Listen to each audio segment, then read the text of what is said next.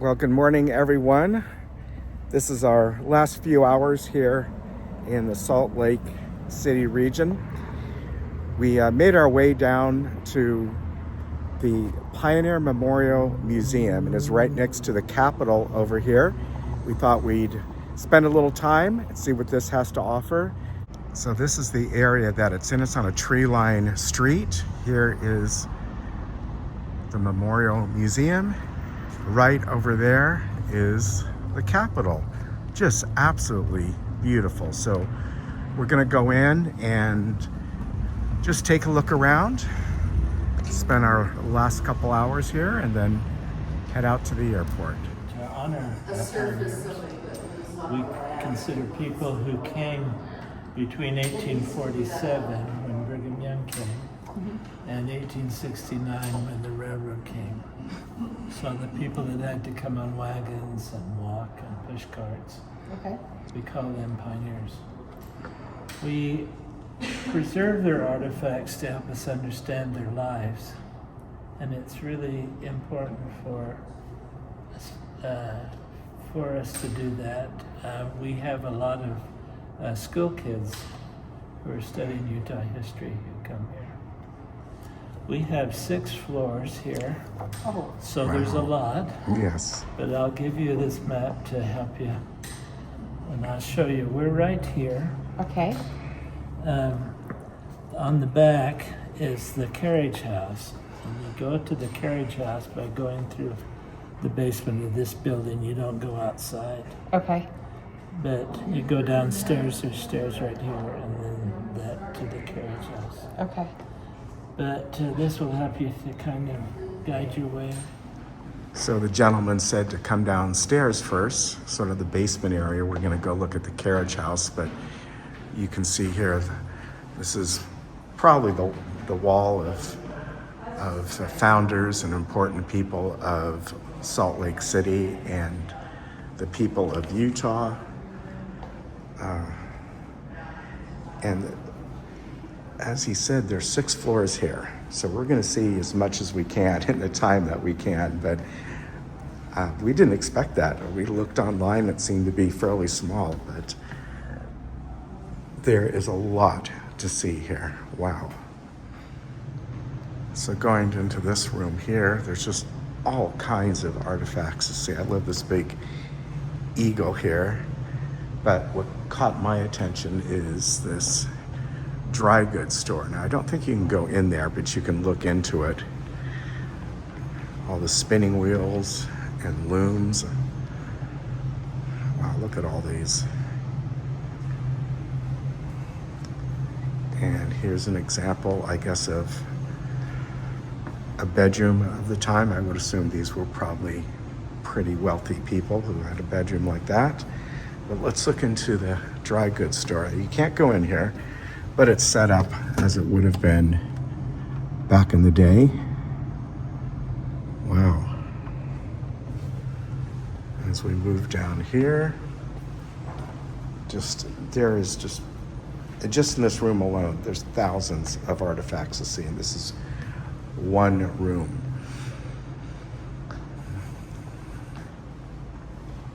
Some more veterans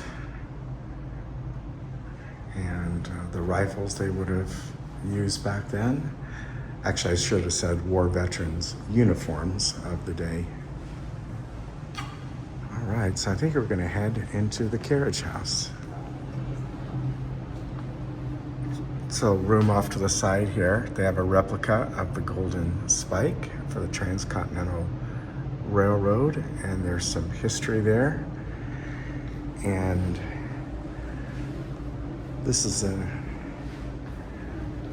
I think this is an actual section of the track. You know, it's probably dug up years later. And portrait commemorating the Golden Spike. And here's a replica. A little hard to see because it's in sort of a case here and the light is hitting it, but you can see it right there.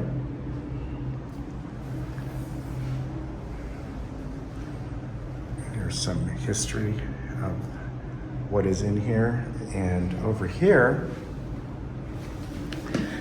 We see sort of Union Pacific very much in the past. They're both in the past here, but you can see, oh, that was probably in the late 1800s, what you see there, the steam engine and the railroad cars.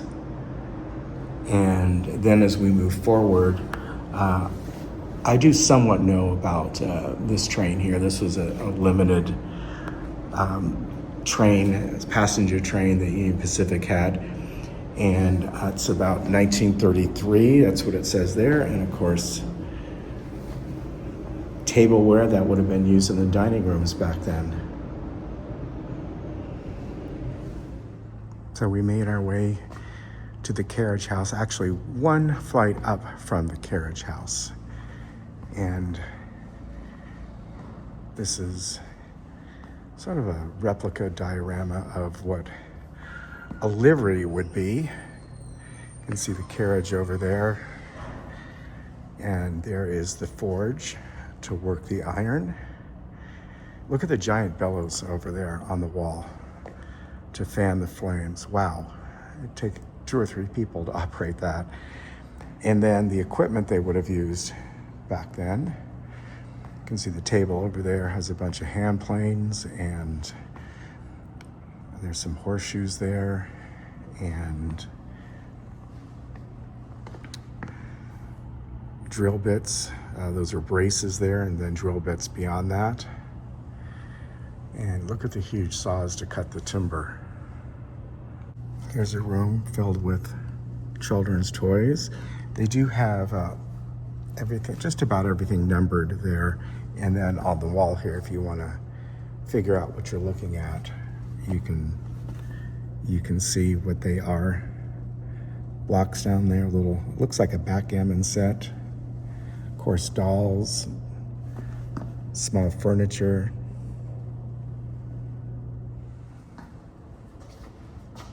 And here's the dedication plaque for the carriage house.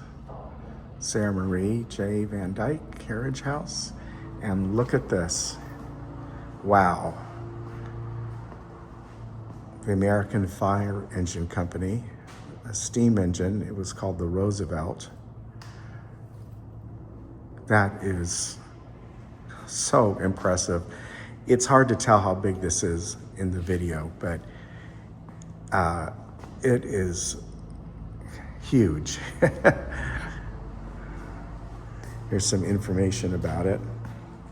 It took $125,000 to restore back in the mid-1990s. And the engine is a simple 2-stroke cylinder slide valve engine. It is, it's hard to see, but a 7.5-inch bore by 7-inch stroke. So those of you who understand what that is.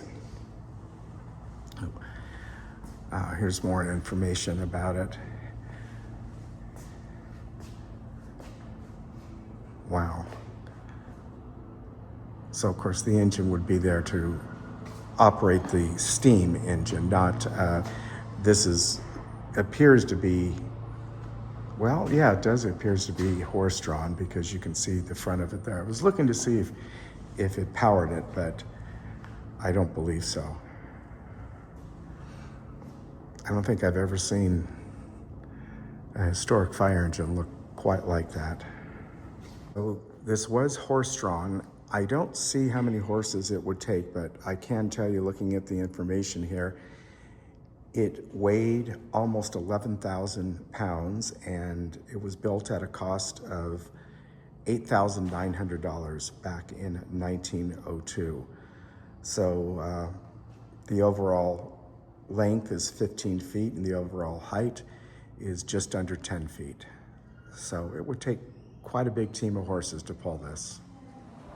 So we made our way back downstairs to the carriage house. And look at the size of this wagon. I don't know if that's would be considered a Conestoga wagon, but definitely a wagon that went overland for quite a distance.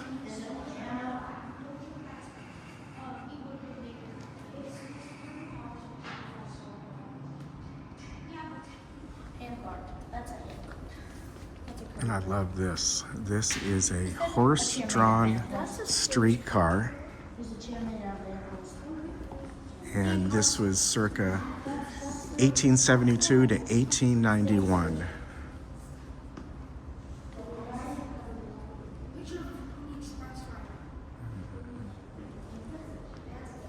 And here is a carriage from the Yellowstone Park Transportation Company.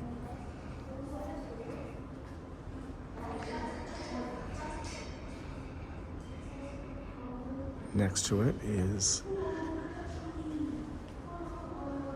Stagecoach. This one appears to have a canvas top instead of a hard top. And here, what I first thought was an outhouse is actually a steam bath.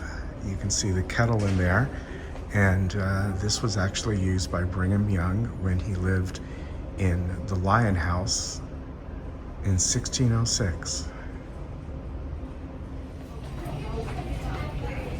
And take a look at this camera of the day.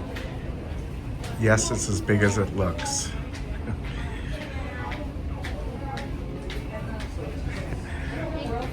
Quite a distance back from what we have today. Bottles and jars. I like this one here. It held Old Cabin whiskey.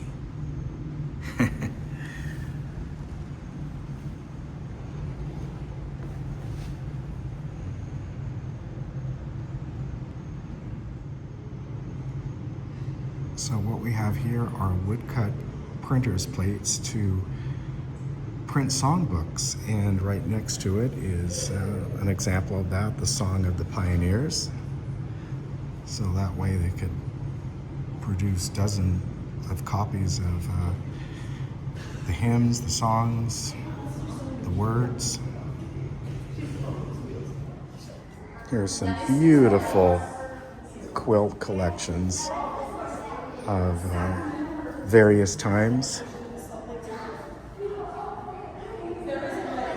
Just beautiful. Most of them are, from what I can see, the 1800s.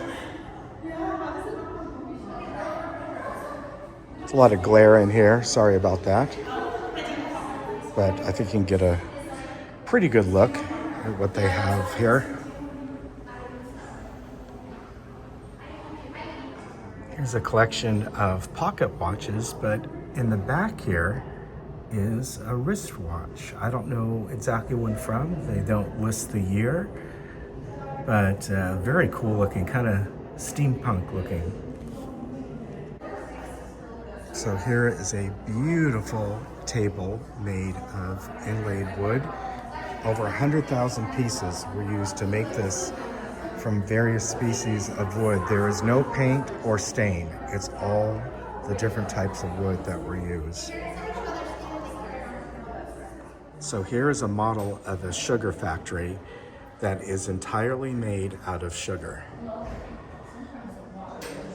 This would be a colony of ants' dream.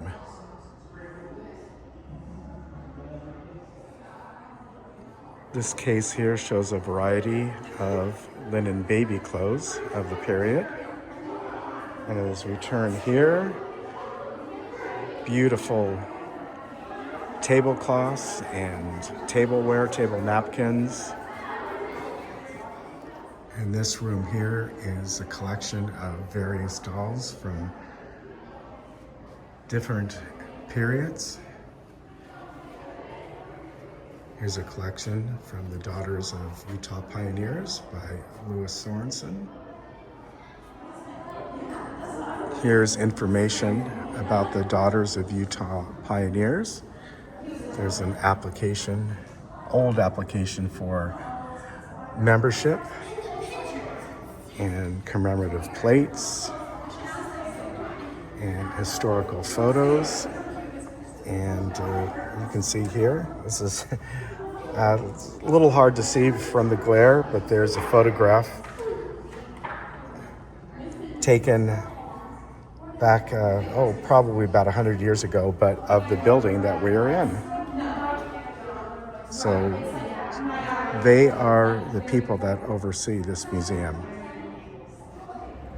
So folks, after going into the Pioneer Memorial Museum over there, that's was fantastic. We saw a fraction of what they have. They probably have tens of thousands of artifacts in there.